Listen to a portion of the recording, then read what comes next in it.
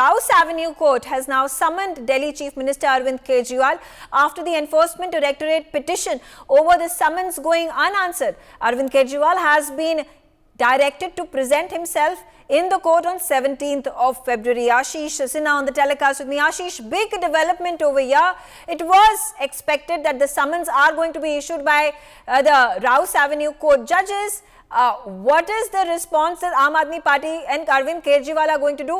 Is it possible that Arvind Kejriwal will yet again skip the summons of the Rouse Avenue Court? If he does that, what are going to be the repercussions of it?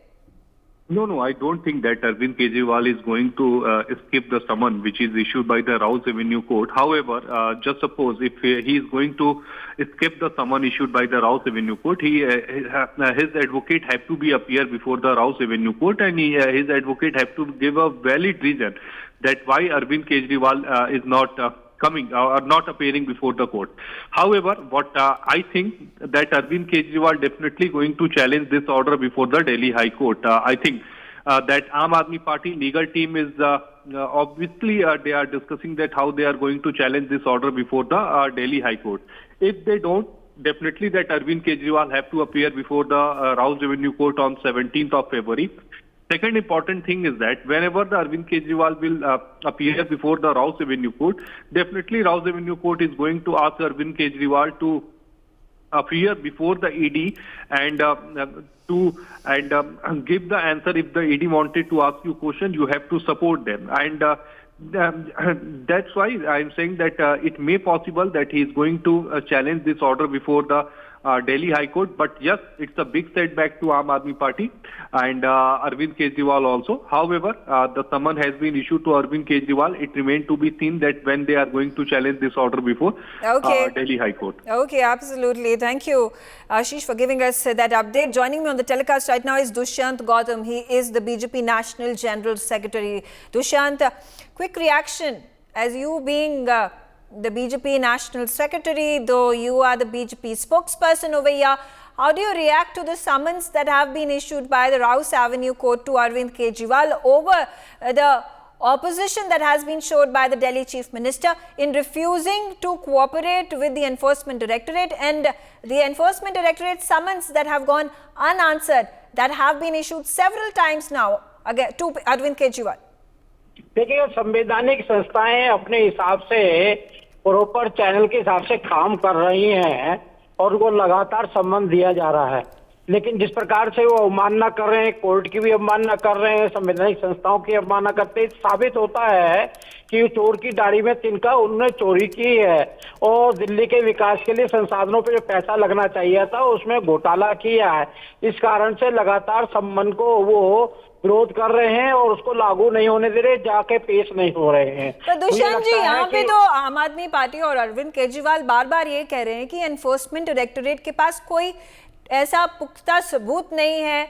वो बोल रहे हैं कि ये BJP के behest पे काम कर रहे हैं, ये आम आदमी पार्टी को टारगेट किया जा रहा है। उन्होंने तो ये तक कह दिया कि बीजेपी ने अरविंद केजरीवाल को अप्रोच किया, कहा कि आप हमारी टीम में आ जाएं और हम लोकसभा इलेक्शन एनडीए के तहत साथ में लड़ेंगे। देखिए, जनता सब जानती है कि केजरीवाल झूठों का राजा है और झूठ बोल के अपनी राजनीति चलाना चाहता है। उन्होंने कहा 7 एमएलए को 25-25 करोड़ से खरीदना चाहते हैं, एफआईआर दर्ज हो गई है, अब बता नहीं पा रहे किससे पैसे लिए हैं, जिस पर देने वाला भी गुनाहगार है, लेने वाला भी गुनाहगार है। कहीं ना कहीं कानून का साथ नहीं देते और ऐसे झूठ बोल के वो राजनीति करना चाहते हैं। आखिर इतने बड़े बेईमान को कौन लेना चाहेगा? जिस आदमी ने पानी घोटाला किया हो, जिस आदमी ने जमुना घोटाला किया हो, जिसने बस घोटाला किया हो, जो स्कूल घोटाला किया हो, जिसने दारू घोटाला किया हो, इतने सारे घोटालों को आज को कौन अपनी पार्टी के अंदर लेना चाहेगा? ये सब झूठ बोलकर जनता को गुमराह करने का काम कर रहे हैं। अगर वो जाए ना, संवैधानिक संस्था है, आप जाए वहां पे बात बयान दे, वहां पे बोल के ही आना है कि मैं बेगुनाह हूं, सबूत दे दे बेगुनाह के, बात खत्म हो जाती है। अगर वो इतने ही बेगुनाह है तो कोर्ट से उनके साथियों को जमानत क्यों नहीं मिल रही है? 3-3, 4-4, 5-5, 1-1 साल हो गया उनको, और सरकारी गवाहों ने लगातार उनका नाम लिया है, उन्होंने सर्वे कराया जनता से कि मैं अपनी सरकार को जेल से चलाऊं या बाहर से चलाऊं। जनता ने ठुकरा दिया है कि हमें अब जैसा मुख्यमंत्री चाहिए नहीं, जेल से चला दो दूर की बात है। इस कारण से उनको साफ साफ दिखाई दे रहा है कि जेल में जाना ही जाना पक्का है। उसके डर तो से बचा दुष्यंत नहीं जा गौतम जी, अब सकता। तो एक और ऑप्शन है अरविंद केजरीवाल के पास, वो इस समन्स को चैलेंज कर सकते हैं दिल्ली हाई कोर्ट में। अभी उनके पास कुछ दिनों का समय है, फरवरी 17 को उनको समन किया जा रहा है राउस एवेन्यू कोर्ट द्वारा। करें, मुझे करना चाहिए उनको। संवैधानिक संस्थाएं अपना काम करती हैं, वो कानून को चैलेंज करें ना, वहां पर एक गलत है। क्यों नहीं करते, क्यों इतना दिन लगा रहे हैं वो? उनको सीखना चाहिए, लालू यादव से सीखना चाहिए, सोरेन से सीखना चाहिए। इनके इंडी के अलायंस के पार्टनर है, सारे चोर हैं ये। चोरी से कैसे बचा जा सकता है वो आपस में सलाह करके बता सकते हैं, जिनके उनके ज्ञानी लोग हैं।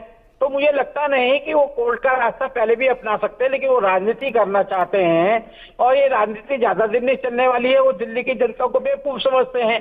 दिल्ली की जनता सब जानती है, आने वाले समय में उसका जवाब भी देगी और पूरे देश की जनता उनको जवाब ऑलरेडी दे रही है। और ये लगता है कि ये कानून पढ़े लिखे नहीं है, अपने आप को पढ़ा लिखा कहते हैं, इनको कानून का ज्ञान नहीं है, इनको पता नहीं है संविधान कितना मजबूत है। इंदिरा गांधी ने भी लोकतंत्र की करने की कोशिश की थी, उसको भी झुकना पड़ा कानून के सामने, संविधान के सामने, इनको भी झुकना ही पड़ेगा। For more such videos, subscribe to the NewsX YouTube channel, hit the bell icon.